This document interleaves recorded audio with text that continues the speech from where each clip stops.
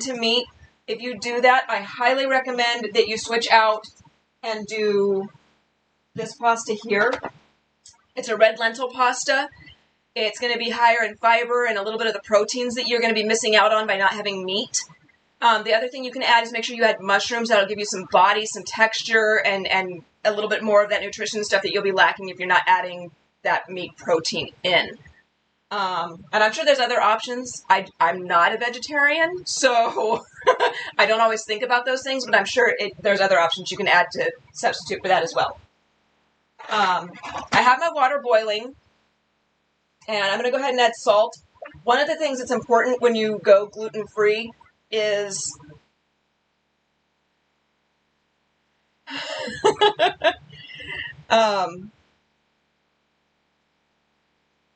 yeah, consult your local vegetarian, definitely.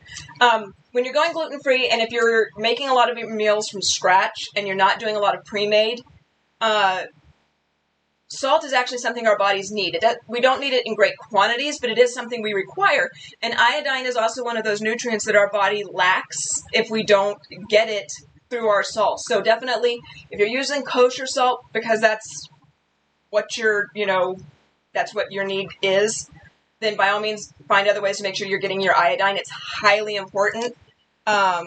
One of the symptoms I started to get when I had started the gluten-free diet and had been on it for about a year is I started getting sores in my mouth. And I thought, and they were mostly on my tongue, and I thought that I was getting gluten, and what it turned out to be was a lack of iodine because I wasn't adding any salt to anything that I cooked.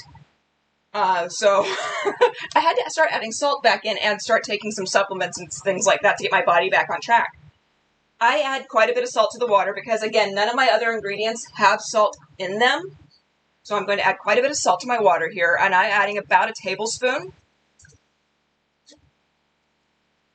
You don't have to wear gloves when you're cooking in your home kitchen. However, if you paint your nails, if you have fake nails, if you're wearing lotion, things like that, I highly recommend it because you don't want to find those things in your food later. So, again, I'm going to add pasta. Now, if you're in a rush, this meal does not have to go in the oven at all. If you are pressed for time and you've got to get her done, it does not have to go in the oven. I'm putting mine in the oven tonight, so I'm going to go ahead and set my oven right now, and I'm setting it to 400 degrees to preheat while I'm making everything else. So, I've got my water boiling, and yes, make sure your gloves are food safe and not going to punkify your food. Like I said, I'm going to do a package and a half. If you have a family of 4, one package is probably more than enough for you guys. I'm not going to cook these to the full 10 minutes. This may even say 12 minutes. 10 minutes. I was right. Okay, second guessing myself. Fun. I'm going to do mine for about 6 or 7 minutes because mine's going in the oven. Again, if you're pressed for time and you don't want to put it in the oven, do the full 10 minutes. You don't want them too al dente. You want to